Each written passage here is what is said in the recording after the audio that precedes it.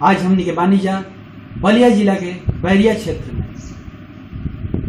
छोटे लोहिया स्वर्गीय श्री जनेश्वर मिश्रा जी के भाई पूर्व मंत्री माननीय श्री तारकेश्वर मिश्रा जी के संगे आज हमने के कुछ खास बातचीत करब जा और ये जानल चाहम जा कि ये पर यहाँ के का अभी हालांकि केंद्र और राज्य में बीजेपी के सरकार चल रहा बिया। आई यहाँ से हमने के जानल चाहब जा कि ये सरकार पर यहाँ के का कहल चाहते हैं। उत्तर प्रदेश और केंद्र सरकार दोनों में भाजपा की सरकार है।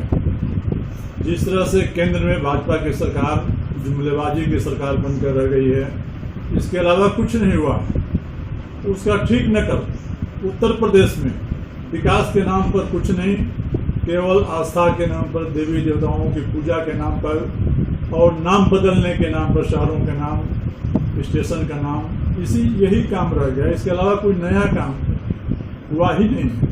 जो विकास अखिलेश यादव जी के ज़माने में उत्तर प्रदेश में हुआ है, उसी का माला फीता काट करके उद्घाटन करना ही काम रह गया है, इसके अलावा कुछ नहीं।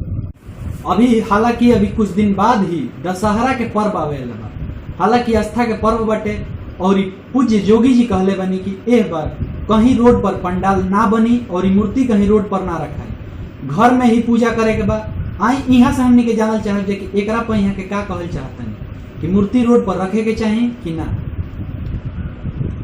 वैसे तो मेरा मानना है कि रोड पर मूर्ति रखना नहीं चाहिए, सार्वजनिक जगहों पर ही मूर्ति का निर्माण करना चाहिए। और इस महामारी के समय इसकी जिम्मेदारी कौन लेगा? सोशल डिस्टेंसिंग जब सही नहीं हुआ तो मूर्ति का रखने में, आस्था के पूजा करने में, ये सब पीछे हो जाएगा जब रोग फैल गया। तो जब सरकार यह संभव समझ रही हो सोशल डिस्टेंसिंग का हम पालन करा लेंगे तो इस मूर्ति पूजा को रोकना नहीं चाहिए, क्योंकि आस्था का प्रतीक हमारे देश में है। राम के नाम का सवाल है, तो इस पर प्रतिबंध भरसक न लगाया जाए। लेकिन सोशल डिस्टेंसिंग का निजीकरण तो किसी देश में, दुनिया के किसी भी देश में जब निजीकरण की बात होती है, गांव घर में जब निजीकरण अपने काम को दूसरे के हाथ में देने की बात आती है, तो यह अपनी असफलता का द्योतक हुआ करता है।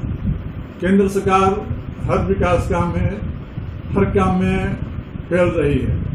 तो यह निश्चित है कि किसी न किसी रूप से काम को चलाने के लिए दूसरों के हाथ में ये सारे संसाधन को बेचना शुरू करती है और बेचेगी। तो ये तो उनकी असफलता का द्योतक है, साफ साफ। यहाँ के अखिलेश यादव जी के बहुत करीबी बनी, तो आई यहाँ से हमने के जानल चाहब जा कि 2022 के लेके यहाँ सब का तैयारी चल रहा है।